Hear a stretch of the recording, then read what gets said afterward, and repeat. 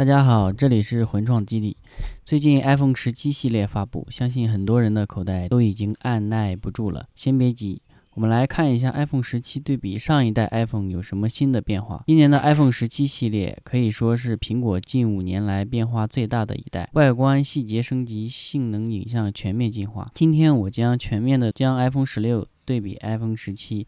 以及 iPhone 17的所有版本选购指南，我将从 iPhone 17和 iPhone 16升级了哪些内容， iPhone 17国行版本的优缺点，以及其他版本的选购。首先是外观方面， iPhone 17的外观设计对比 iPhone 16是没有任何区别的，屏幕尺寸从 6.1 增加到 6.3 英寸，大小和Pro 款一致，颜色多了紫色、蓝色和绿色。这里特别要说的是刷新率，普通版的刷新率首次支持120赫兹，苹果这次是要把牙膏挤爆了。屏幕的亮度从2000尼特升级到了3000尼特，后置相机都提升到了4800万像素，前置的相机也从1200万提升到了1800万像素。芯片方面搭载了全新的 A19 芯片，流畅度对比上一代提升了 20%， 而且支持40瓦的快充，内存也是从 256G 起步，但是价格是和上一代的 128G 相同，感觉对比上一代的 iPhone 16 Pro 也只少了一颗摄像头。普通版说完，我们来看一下 Pro 版。Pro 版的外观变化比较大，采用一体成型的航空级铝合金机身，后盖为超瓷晶面板。为了电池的容量，将芯片放到了摄像头的旁边，所以 Pro 版也引入了 VC 均热板。Pro 版也加到了最高 2TB 的内存。有人说这代的 iPhone 17非常的丑，也有人说非常好看。每个人有不同的审美，可以根据自己的需求购买。我们今天最主要讲的还是 iPhone 17国行版以及对比其他外版的区别。今年 iPhone 17系列在中国市场共推出了4个版本，分别是国行、港版、台版和澳版。澳版为中国澳门地区发售版本，硬件配置与港版基本相同，区别主要在于销售渠道。澳版仅限苹果官方线下门店购买，并没有线上的预售通道。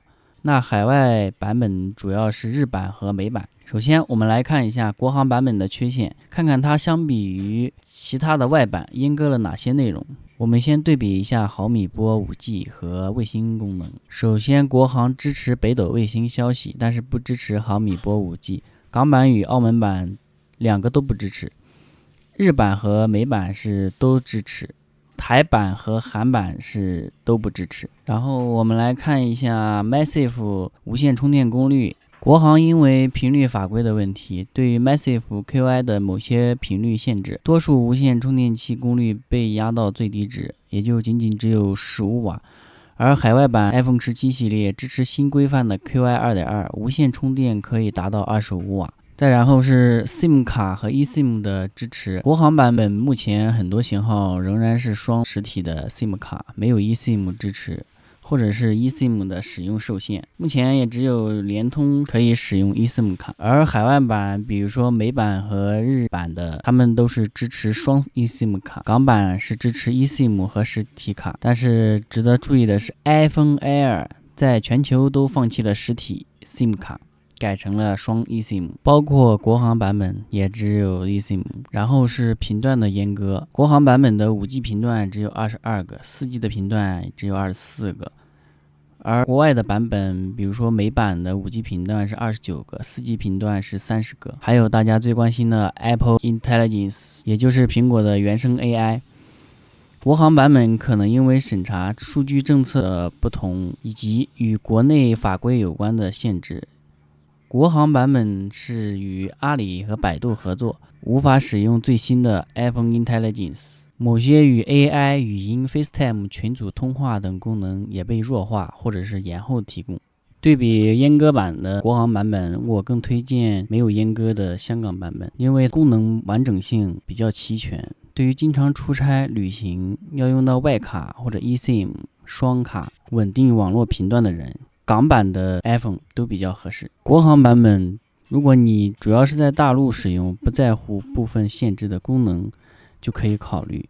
它比较注重本地化的服务，如我们的北斗导航，然后还习惯使用实体的 SIM 卡，需要官方保修的用户。其他的海外版本，比如说美版和日版，适合在国外居住、长期使用国外的号码。iPhone 17的各版本购买渠道，比如国行版本在国内的实体店或者电商平台以及苹果官网都可以进行购买。港版的 iPhone 可以使用淘宝购买，或者亲自去香港购买。台版的 iPhone， 福建人可以到金门购买，其他地区的人可以找福建人代购，价格比港版的高，适合有强迫症的人。其他地区的全球版，新马泰免签可以顺便的购买。日版今年没有实体的卡槽，不推荐。eSIM 卡的中国化适配，国行的 iPhone Air 仅支持中国联通 eSIM， 而且需要线下营业厅办理，无法写入海外的 eSIM 卡。非国行设备无法写入国内的 eSIM， 形成了地域锁。欧版可能采用更环保的包装材料，如可降解塑料，符合欧盟 W11 认证标准。